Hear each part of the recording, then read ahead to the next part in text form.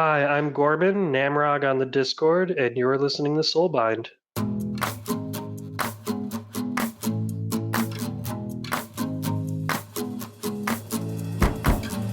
You're listening to Soulbind, a new podcast about the people who play the hybrid card game SolForge Fusion and their relationship with this game. I love this game, and I'm curious to find out what others love about it too. How were you first introduced? How has the game changed for you over time? And what are your hopes and dreams for the future of the world of Solace? Gorman, thanks so much for joining me today. I've been really excited to chat to you. We've played some games of SolForge together. I played in your events, you've played in my events, so it's really nice to have this opportunity to connect and get to know each other a little bit more. Yeah, absolutely. I'm glad to be here. I'm really curious to go back to the beginning for you. I love talking to people who were original players because I want to find out what I missed. So what was your love affair with SolForge like? Well, first, I was introduced to Ascension, the Ascension app. And when my second daughter was born, I just played so much of that. And then I saw they had this other game, SolForge, and I dove into that, and none of my friends would bite on that. So I was just in that on my own, and I was on the tail end where things were already starting to look like the game was ending, but I still put a couple $100 into it, maybe more than I want to admit, just in the hopes that some support would help them grow. But I was pretty much late to the party, and most of the time I was playing SolForge, it was already handed off to the community. So I was really excited when the SolForge Fusion was announced and was following it really closely. So I was, I think, backer number 3 for the SolForge Fusion Kickstarter. Nice. And then for last winter, I was 2. I still, maybe if they have another one, I can get to 1. Not that it means anything other than I have more time than somebody else. I think it means something. I think it means something to want to be there right on the door saying, take my money. You know, there's definitely a value in that. So that's really interesting to be just getting into a game, the original SolForge, and you're trying to get your friends into it and you feel the momentum's maybe slipping a bit on the game, but you're trying because you're really, what was it about the game that was so enjoyable, even when you were seeing all these other signs that the grave may soon be coming for this game? I really like the fact that there's no resource cost for everything. There's always something you can do because the only cost is the cost of not playing the other cards in your hand and what that might mean down the road because of upgrading. So I really thought that was a neat mechanic. Still do, and that's something that SolForge Fusion continues. I love that too, compared to other games I've played where you've got to spend other cards in your hand to play other cards and how that can sort of paralyze you. Oh, but I want to keep that card, but I don't want to, or Mana Screw or Mana Flood and something like Magic or its many sort of clones or derivatives. I love that too, especially when I'm trying to teach somebody and they don't have to stress about the resources, or I don't have the resources to play this, or I don't have the resources to play that. I find it's very useful when you're trying to teach somebody to go, what do you want to play? You pick, you choose. What do you feel like playing? I really like that part about it. What about outside SolForge? Are there other games that you're into at the moment? Are you a one game kind of guy, or do you like to have a few on the go? I've talked to so many people with different preferences. I'm interested to see where you fit in on this. I kind of dive so far into stuff that I don't have the capacity for more than one thing at a time. Monogamous gamer like me. Exactly. Yeah. When I get together with my board gaming friends, we'll play a board game. But SolForge is my go-to. It's only a 2-player game though, so there is a 4-player variant, but usually we have 3 or 6 people.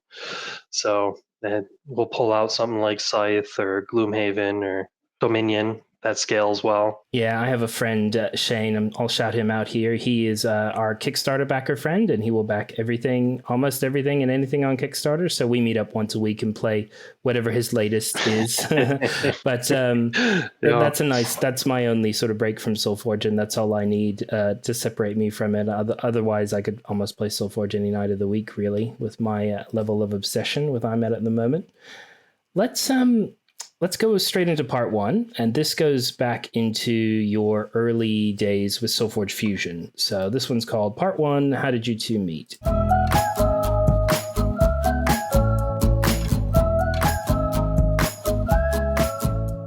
You've talked about how you were Kickstarter backer number 3 for SolForge Fusion, I think I got that right. And then what was it like when you first got your decks? Was there someone in particular that you cracked those first packs with? Was it with family? Was it with friends? And what was it like when you were just first starting to play this game that was somewhat similar to the one that you'd played originally and, sort of fell in love with, but different at the same time? I'm really interested to explore that early exploration that you had with this current iteration of SolForge. I've played so much of SolForge Fusion now. It's the only way I remember. Like, I remember cards and mechanics that exist in the original SolForge, but didn't in SolForge Fusion. I know early on, I felt like a lot of the changes solved some of my perceived problems with the old game. I really liked the Forgeborn and the static abilities and the cycles and this game is going to end on cycle 4, turn 3. The reduced health, the reduced just creature stats across the board, and because it was becoming paper, some of the less predictable mechanics in the original game went away. Yeah, I mean, I thought overall it was more balanced, and certainly I had really high hopes for the just grab any 2 decks and play, and it being quite balanced. But that's not really how it turned out. But in the beginning, I was really excited and bought into that. That's what it would be like. But I actually opened all of my Kickstarter by myself, and I had nobody to play with. I set up like a get together at the local game store. I couldn't get anyone to bite the first time. I eventually did get like 2 people. I think the most people I ever really had show up at one time was 3, and we were able to pull in a Magic player once. We had 4 people going, and then I imported people from another state to actually run a store championship. Good job. But otherwise, yeah. But I haven't been able to really get a local scene going at all.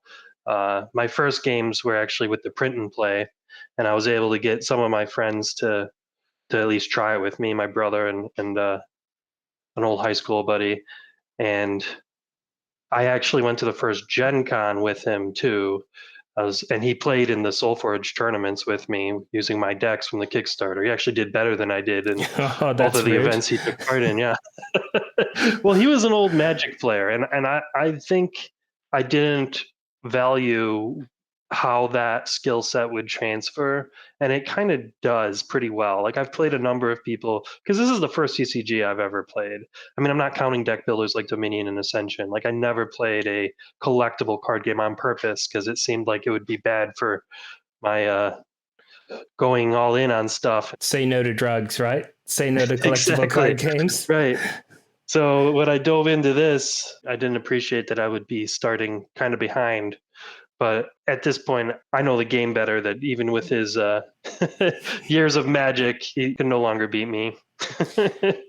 It's something that I really think is interesting about this game, that it seems to have more of a hook for some people that are board gamers and that haven't ever dipped into the collectible space.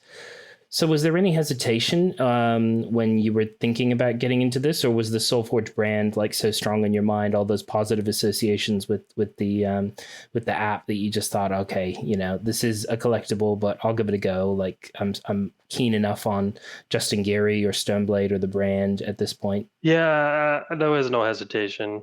For the longest time, I was just buying anything Stoneblade put out, and still do. Although it's less of a there's something under the surface here. Yeah, we'll get into. Exactly. Can you talk to me a little bit more about Gen Con? And this is just like a personal fascination as someone who's never been able to go to it, but has listened to podcasts about it for years. What was your experience like? That was your first Gen Con, that one that you went to and played SolForge? It was. Yeah, I only went because of SolForge. Yeah, it was great. I can't speak to very much else because all I did is play SolForge. And unfortunately, like, if you're in events all day long, the like vendor halls are only open during when all the events are. So I had very little opportunities to go and check out the vendor halls. But what I did was cool. I mean, it was exposure to just all kinds of stuff. It was a lot to take in and a lot of people. Did you participate in a storyline in that first Gen Con? Did you get to experience that sort of like story generation? And was that an appeal to you? Or is it just more like the mechanics and the core of the game and the feel playing the game that's the real hook for you? Yeah, I don't know that I've ever really been super into the storyline aspect of it. I think the storyline events have been growing on me. The story itself has never been a big draw. I don't have a problem with the theme. I think it's kind of cool Hmm. theme, but then the story I don't find very compelling thus far. My experience with this game has been totally different from every other game that I've ever bought into, in that usually it's the theme that hooks me first, and then the mechanics kind of come later, or love for the mechanics. And this is the first one where I don't think I cared at all about the theme. It wasn't part of what hooked me on the game. It was just the pure math and the mechanics operating behind it were so beautiful that I felt really hooked on it. And it's been an interesting experience for me falling in love that direction as opposed to I like Star Wars, I like Marvel, or whatever other game I'm playing. I think it's an interesting theme. So it's nice to meet someone else who is sort of like theme second on the game, but loves the core of it, You the know, engine underneath it as well.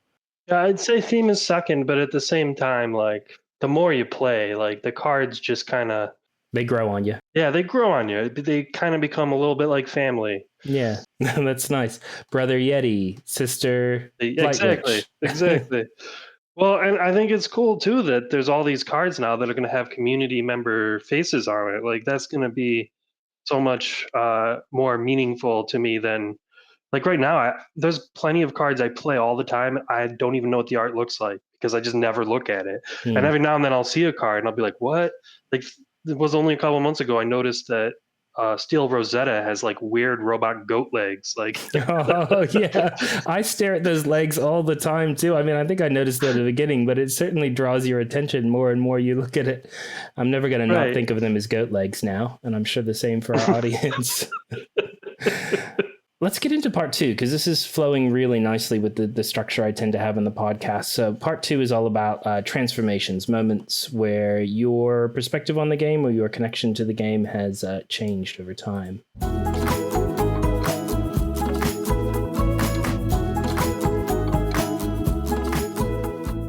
So we're looking for a moment where SolForge flipped for you, and it could be any other big events that you went to post Gen Con, if you've been to any, or it could be when did you start hosting events? That's a good question. I know I hosted a few in person first, and then there was the monthly league that had been being run like even before the Kickstarter was released, and then afterwards for a while by someone with the username of Clinton, and he stopped. And a couple months went by, and somebody said, "Hey, it would be nice if those leagues came back." And so I was like, yeah, I kind of would be. So I reached out to Clinton and was like, "Hey, do you mind if I kind of pick that back up?" And he was like, "Yeah, that's cool." So I've been doing that for, I think this is like my 14th or 15th month. Nice. Well, I really enjoy the leagues that you put on. It's really fun to play different people and have a match a week and line it up. I appreciate what you do for that. Yeah, I think that that format works well for a lot of people who have busy schedules because, like, it's a lot to commit, even 3 hours. But for a bigger tournament with like 20 people, like last month's monthly league, like in a single day event, that would have been all day. I don't have that kind of time more than once a month at most. It seems like there are quite a few of us in the community with kids and other commitments around our life, and this game kind of slots quite nicely into that, where it's not asking you to go and play for 8 hours at a store or something like that. We can jam a few games online at a time that suits us, or like your league, just coordinated when it works.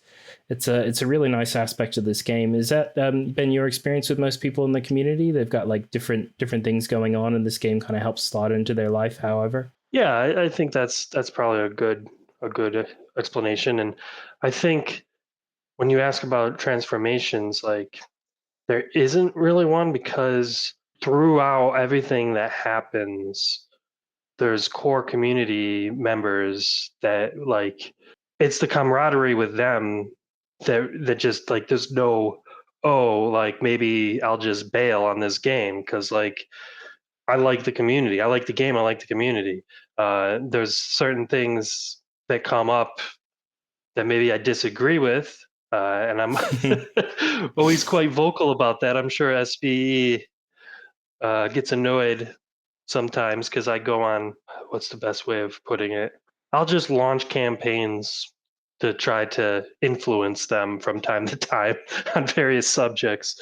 There's never been a time where I felt that if I wasn't able to influence them, that I would turn my back on the game. Like, and it's not like I think I could make the game better than they can. I absolutely don't think that. And I have a lot of respect for them and the decisions they make. But sometimes I really just don't understand the decisions they make with the stuff that gets errated or doesn't get errated, or the things that they say or don't say are going to happen and then don't happen. Communication between someone who designs or produces a game and the players is just so interesting to study as a topic of its own, with all the different games that are out there, with the different ways that different producers communicate, how some of the indie ones do it over Discord, how Stoneblade does it, and how some of the larger ones like Fantasy Flight do. I feel like, I don't know if you've listened to any Team Covenant stuff, but they did a really interesting series on how to ruin a game, and did a whole episode just on communication. And I'll link to that in the show notes for anyone that wants to have a listen. But it is interesting to hear their sort of history of 10 or 20 years of different game companies and how they communicate with people and how they do bans and erratas and decisions like that. It's a fascinating topic. But I really wanted to pick up on something you said a little while ago about how members of the community have really been a key connector for you. And I wondered if there's anybody in particular you want to tell the story of, members of the community you met or connected with or feel quite connected with now. I would assume Eli and ML Vamby, your collection manager brothers, would be some of the key connections you made there. Yeah, and plenty of other regulars. Like, there's too many to list them all. There's Nathis and Joel, who's Tater Tot Eat a Lot, and Ryan, KC Kid, and Ben, and Trey from the Fifth Cycle. And those are the people who I have spent the most time with, like in real life events, when we go to real life events. Like you saw them hanging out in a corner, that would be your beeline straight to that corner where they're all sitting. Exactly. I mean, I'm generally not great socially. It's not my strength. So I will usually try to hitch along with people who are more social, which Eli certainly qualifies for. Nathis certainly qualifies as. Ryan certainly does too. Joel certainly. I mean, all of them do, Yeah. except maybe Ben. Ben's a little more like me. And of course, also the closest scene to me physically is Madison, Wisconsin. It's like 2 hours from where I live. And so I would drive up there sometimes to play. And so the crew there too of Cardboard Newt and Mundongu and Kika Thumper. And there used to be several others, but that scene has kind of been dwindling. Sadly, Cardboard Newt has decided to leave the game, and it seems like Matt might be the next to go after Gen Con. So my closest scene is now dissolving. My brothers, no. Exactly. It's hard to watch, especially when, like you say, if that connection is kind of one of the strongest points of connection to the game for you, that social connection with these people who've meant a lot to you over the years, like that can be hard to watch them move on to other games or not be as invested in this game anymore. I've certainly lived that life before, and I know exactly what you're talking about. Mm-hmm. But I have seen in my experience that the relationships that are the strongest can hop game to game if people do move on. I'm interested to know more about you and Eli, and from his way of telling the story, and feel free to tell a different version of events than what he said. He was reaching out, trying to find some people to help with his collection manager project, and you were one of the people that put their hands up. Is that how you recall it going down? I mean, I'm not going to say he didn't do that, but I reached out to him just because like he'd released the tool and I'd messed with it and wanted to add some features to it. And I reached out to him and said, "Hey, I'd like to make some changes to this. Do you want to collaborate on it?" Or essentially diverge, because I was like, "I'm going to do this. I'm either going to create my own or I'm going to work with you on this one." And I mean, I certainly didn't want to create my own. I wanted to work with him. And so we kind of tossed around a bunch of ideas of things that we thought we would want to implement. And kind of went from there. Nice. And how long has it been now, the project with the collection manager? I'm only 5 months into this game, so there has always been a collection manager and always will be a collection manager for me, but it's a different story for you, and him and ML Vanby all working on it from the beginning. Sure. Yeah, I don't know exactly. I can't quite remember. I think it was around Gen Con. I feel like he had released it just before Gen Con, because I remember meeting him at Gen Con and talking to him about it, although I'm not sure I offered to collaborate at Gen Con. So maybe it was after Gen Con. Can't really piece it together exactly. This is the beauty of oral history. It can be different people's memories of events, and there is no one way that it happened. Right. That's really cool that you had that moment where you wanted to do your own thing, but you saw that there was something else out there, and you took that path of let's collaborate. And it probably I imagine takes a lot of energy to keep the collection manager versions running and adding new features and bits and pieces, all the bits and pieces you add version to version. So what do you think it is about the collection manager that motivates you to do, you and Eli and ML Vanby to keep working at it? I think that there's a lot of value that it adds to the community. Like, I don't actually even use it that much myself. Oh, that's a spicy grab.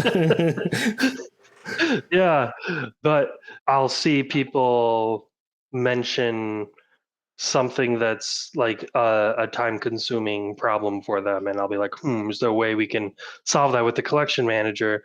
Like, that's where the event roster thing came from. Someone was saying how hard it is to validate like both halves of a deck or silver for silver tournaments, and I was like, well, we could probably add that to the collection manager. So it's just kind of been a piecemeal together what problems need to be solved kind of a situation. And in my mind, and I think Eli's too, it was always a stopgap measure, but Google Sheets just creates such a simple user interface. Like, we don't have to worry about user account management. There's already a UI with sortable columns and filters and all of that. So you just get so much from starting with Google Sheets as a basis, that it just like, well, let's keep this going until we can come up with something better. I mean, I've been working on something since before I started helping Eli with the collection manager, and it's just such a heavy lift to do all of it on your own. And for the longest time too, I didn't want it to be a website. I was working on like an app that you could download that like printed labels and did all kinds of stuff to help you sort through your collection. Cool. But then I realized like nobody uses downloadable apps anymore. They only use websites and mobile apps. And it's like, well, I was trying to make your computer do the processing so I didn't have to pay for a server. Yeah. But so I have a server, and I've just been trying to get something. The thing is until it's better than the collection manager, what's the point of releasing it? And that's gonna take a lot of work. But then at the same time, I'm like, well, how much work do I want to put into the collection manager?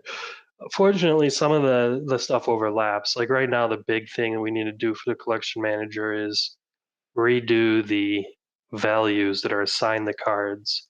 And when I added White Fang Pass, I kind of did it in a quick and dirty way where I manually assigned values to cards that were new kinds of categories, and just used Eli's card parsing for the old categories. But there wasn't really any kind of check to see if there was any new language that needed to be added to look for in the parsers. And when I added last winter, I did the same thing, only I didn't do the manual stuff. So right now, the last winter cards, for the most part, populate, and some things like creature type are probably right. But there's so much that's like, I don't even think exalts are counted as exalts currently, because that was something I manually did for White Fang Pass. It's an easy enough fix, but it's something that excites me that a new version of the collection manager could come out that looks at my decks in a different way, and then I could then load up the new version and try and find new things that I hadn't noticed before or that I hadn't caught on before. I was probably a later adopter than my friends to the collection manager for looking at my decks. I thought for a while that I could manage it. Well, for a while it was a manageable number of decks, and then it quickly became a not manageable number of decks, and then the only way to look at them became the collection manager. But I love that experience of just deciding one day I want to do a breakthrough deck. I want to do a stealth deck. I'm looking for a deck that's going to work well with Duplication Dome. How many cards in my collection do I have that have deploy on them? And just having an easy tool to look at that is just so helpful. So thanks again to you and Eli and ML Vanby, because I wouldn't be able to do that without the collection manager. And it's probably one of the joys that I have about this game, being able to do something like that. You know, if we're thinking about a tripod, it has 3 legs, and obviously you've got a contribution to the collection manager and Eli's got a contribution to the collection manager. Where does ML Vanby fit in, and what skills has he brought to that project as well? I'm hoping to have him on the podcast as well, but in case I can't tee that up, I just want to fill in this part of the story in my mind. Sure. ML Vanby has, well, first of all, he compiles all those spreadsheets, which has been a big help. Like for the last winter, like I could not have got the last winter in there if it wasn't for him having compiled all of that data and written it out, because some of those things were only ever shared as like pictures. And so he kind of turned that all into a spreadsheet that I was then able to spend some time massaging into a way that the collection manager could make use of it. And he has perhaps the strongest software development background of either Eli or myself. So even though he hasn't really put any of the code into the collection manager, he's greatly advised ways that might be the best way to tackle a problem. Like I think the way that I did Fraud's Experiment, for instance, came about through a conversation with him. And it certainly was made possible by him dissecting the formula for how Fraud's experiments are generated, or all of the work he did to understand how modifiers affect stats and all of that stuff. He's kind of been in a kind of a mentory role, and that's why his name is on the collection manager credits. It's important to have those kind of people in your team as well, the high level thinkers and the big level thinkers, and because sometimes you do get so caught in the weeds on trying to build a formula or trying to make this specific thing work. You need someone at a higher level who's spotting a different way of doing it or a different way of thinking about it. Are there any things for the collection manager that you, or for your own project, and do you have a title for it yet, or we'll just call it Untitled Project at this point, your system of organizing? I have the domain name secretsofsolace.com. Oh, cool. But right now it's just a under construction page, basically. Nice. People know where to look one day for the new tool. Yeah, one day. I keep like scrapping it and starting over. Like I can't even decide on a foundational technology stack to use. I'm interested to know a little bit more about what it's like for you when you sit down to play a game, because everybody seems to have a different experience. So can you put yourself in the mindset of you're playing a game with somebody, could be an event, could be a casual, and you draw up the hand of first 5 cards. What's that experience like for you? What's going through your mind? I don't know how to answer that question. I mean, it depends on whatever 5 cards I draw, the best play line that's going to allow for me to take. And do you think sometimes that's big bodies, like in your starting hand, getting something on the table that's going to stay on the table, or are you someone thinking more about the leveling game than necessarily the control of the board early game? I will try to do big stats early. However, if there's certain combo pieces that I just have to get the engine going, I'll take some damage in order to make sure that those cards get leveled. It seems to me like a lot of the people who've been playing the game the longest seem to be drifting toward that mindset of not concerning yourself as much with damage in the first cycle and just concerning yourself more with getting your cards leveled, getting your play lines leveled. Mundungu wrote a really interesting article basically saying never chump block unless certain conditions kind of come in. Are you of that philosophy as well, that chump blocking is kind of like, unless you're taking a certain high level amount of damage in the later cycles, chump blocking is kind of not worth it if it's not an even trade? I think I understand his stance on this, and I think I largely agree. But I do think chump blocking is something that if you're going to keep a wisp instead of taking 12 damage, I'm not sure that's worth it. Because it has no future benefit as opposed to like exactly one of the gizmo that can bootstrap you into something bigger. Sure. I mean, if you have a heavy replacement need, maybe that would make sense. But and then there's also decks that rely on keeping your health above 50, and that's probably something he calls out. Like if I'm hoping to get a swamp moss in my next hand, then I'm more likely to do a unfavorable trade. But by and large, yes, I'm happy to take damage to set myself up for better board control later. I think that tracks with my experience as well. I've always found that it's a race to the bottom mentality when I'm so concerned with not taking damage that I'm not actually furthering my game state or my board state. I think it's interesting. I'm trying out his philosophy, and then I'm interested to try other people's philosophy and see which one kind of works for me over time. What do you love about the state of the game right now, where SolForge is at? We're just on the eve of last winter's Kickstarter sort of landing in people's houses in North America. So that's the timestamp for anybody listening to this in the future. Yeah, I'd say I think set 3 is going to be pivotal for how this game goes forward. Like, is it going to bring back people who kind of lost interest? Are we going to get an influx of new players who maybe jumped into the game for last winter and have been waiting for the Kickstarter to join in?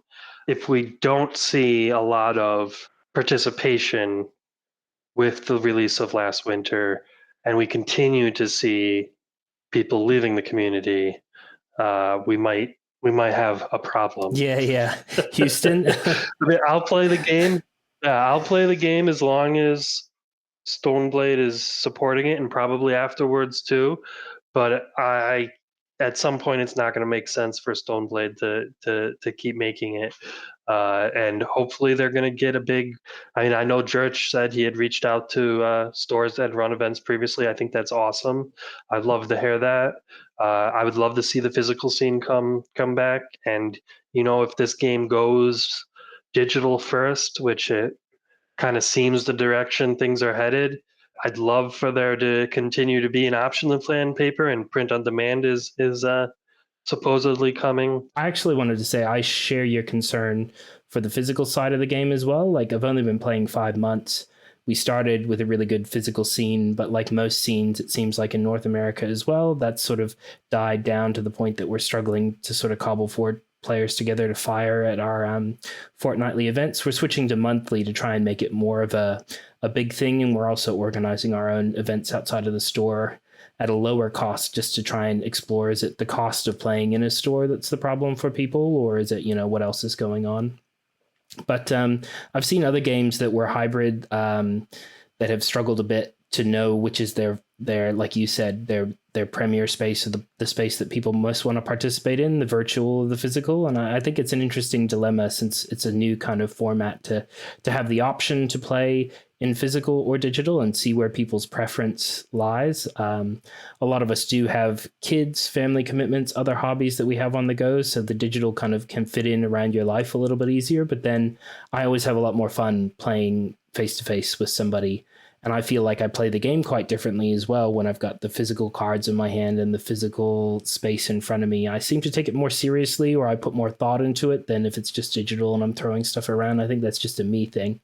But yeah, I'm really interested to see what Stoneblade can do to sort of incentivize retail to come back to the table, or more stores to get involved. I have hopes, because like you, I've definitely had experiences of trying to build local scenes to some success in some games and no success in other games. There've been plenty of like learn to play sessions where I've been sitting there on my own hoping somebody would turn up that I could teach, and it sounds like you have as well. And it's not a great feeling. You want to share what you love with other people, but whether they have the bandwidth to accept it or not is kind of up to them and up to the universe, I suppose. I do do want to just double back one more time and just ask, because we kind of covered it already with some of the things that concern you about the state of the game right now, but you have also told me that you do love to go on a rant every now and again, and this is your platform to do that. So if there's anything else you wanted to say that concerns you about the state of the game right now, we can do that. Yeah, I mean, I don't want to appear negative. I'm excited for set 3, though. Nice. All right. On to the lightning round. Thanks so much.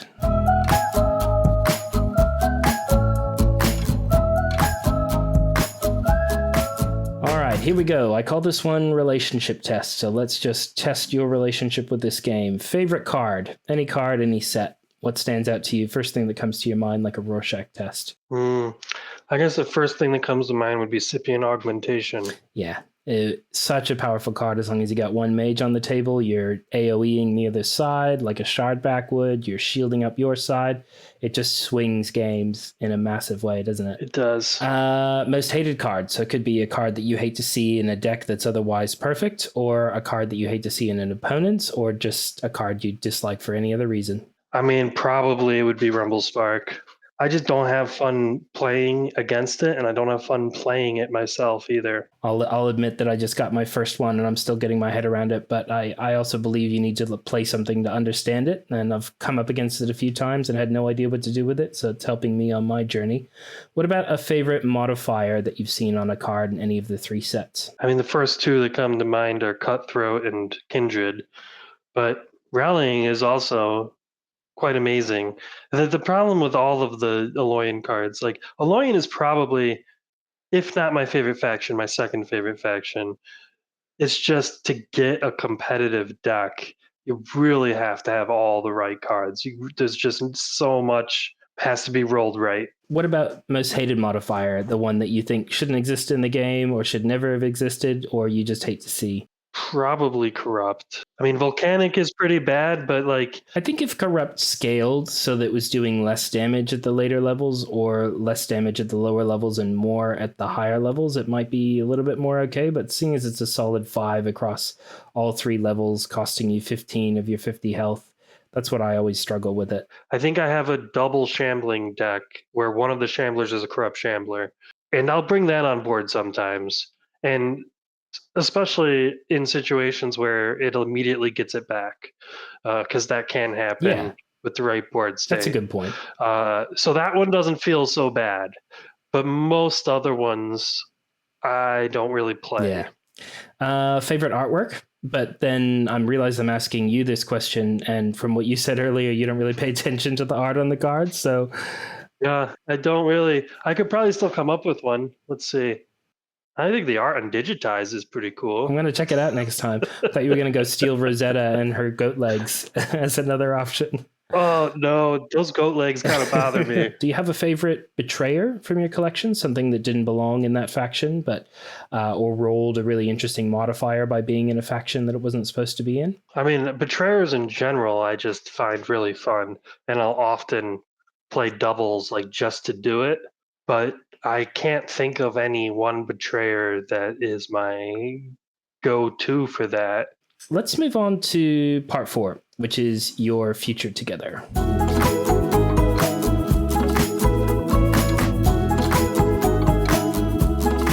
So, typical relationship question. Where do you see this relationship going in 2 to 5 years, you in the game? I mean, I will step back a little bit in the coming months. Just because I am just way too in deep, and I'm gonna keep playing. I'll keep running the leagues. I'll keep working on the collection manager, but I'm gonna need to be more productive at work. Yeah. So I'll probably not keep Discord open while I'm at work, and I'll probably in the summer, it's nice out late at night. I'm just gonna be at the park more, and I foresee there being a little bit of a lull, but I mean, I'll play the game as long as it's there. And like I said, probably afterwards too. Mm-hmm. Me and Nathan's joke, because we have a support group for people who have too many cards and just can't help themselves buying more, that it's just going to be me and him on Tabletop Simulator in 20 years playing. But I don't foresee a time where I would stop playing. And is there anything you'd like to see Stoneblade do to help keep the game alive or keep the game growing? Anything in particular you think would be good to see? Yeah. I wish I had answers there. And so it's hard to say, well, they need to do a better job at this, because it's like, well, what even could they do? Like, I don't even know what they could do. But like a lot of times you'll hear Justin talk, and he'll talk about like kind of how it's like up to us. And it's like, well, that's great, but like, I don't know, like how much more can we do? Yeah, Um, especially you and me who've had experiences sitting in game stores wanting to run learn to plays and not having people turning up, or you're like, we had one recently where the store it's a new store, so it was doing learn to plays for all the different games, but everyone just wanted to go play Star Wars Unlimited and nobody was really interested that night in hearing anything else or trying anything else. So, I mean, what can you do at that point? You've showed up at the store, you want to teach it, and it's up to people whether they want to give it a shot or not. So that's all right. We don't have to be the podcast that has answers. We can just pose some open-ended questions and see what the result is.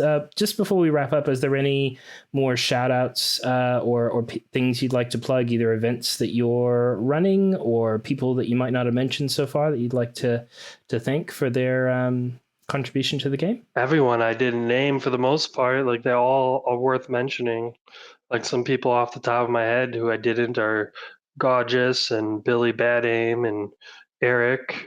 What is his handle? Justice Blinded. There's just so many people in the community who are always willing to jump in and give people deck advice or answer rules questions. Like it's just a great community. Yeah, I'm sure I'm missing tons of people, and I feel bad about that. What's the problem with naming anybody at all? Yeah, and obviously you've got your events as well, your leagues that you run, and people can find that. Sure, yeah. I mean, in the Discord and the online league channels, I usually start a thread every month where we just coordinate the games. So it's definitely a great way to have a low commitment, but still get the one game a week in. Or I guess we're trying the best of 3 this month, so we'll see how that works out. I'm excited. I know people have been suggesting that for a while. I worry personally about committing that much time in a week, but with the digital client, I think it's probably doable, because most of the time it's going to be 2 games anyway. I'm thinking. I mean, I haven't done it. I don't have any data to back that up. Are you recording that as well? Like how many of them went to 3 rounds? So you've got that info for future? Could be something people report. When you create a best of 3 on the event, back end, yeah, it actually, you record all 3. That's great. Like the players themselves self-report all 3. Perfect. So you have all that data. I shouldn't have doubted that a man who loves data that much would be recording as much data as he could get. Just to wrap it up, I always get my guests, to say a secret word, something they want to invent. Could be as weird or as normal as you like. And that's just for people to DM me when they listen to this episode, to put them in the draw to win a deck each month, a digital deck. So what do you think the secret word could be for this episode? Passion fruit. There you go. I'm not even going to ask. It was sitting on your desk, or it was just your favorite fruit. We won't go there. We'll love the mystery of it. So just to wrap things up, there are other podcasts that I suggest everybody have a listen to. I really enjoyed Charge Plated podcast that Church put on, and I really also like the Fifth Cycle podcast that Trey and a few others that have been mentioned in this podcast have been on. So if you're looking for other podcast content, those are great places to go to. And if you're looking for more events to play in, I'd highly recommend joining SolForge, which is in the show notes. And we run events at least 2 a week, sometimes more, that we'd love for you to participate in. We are based in Australia, so some of the times don't always work out. But next month, we are trying a couple that are evening time in North America. So hopefully that works out for more of the player base. So thank you again, Gorman, for coming on and talking and sharing your perspective on the game, your history with the game, your vision for the future. I really appreciate all that, and look forward to playing with you in the league and other events soon. Yeah, it's been great. Thanks for having me on.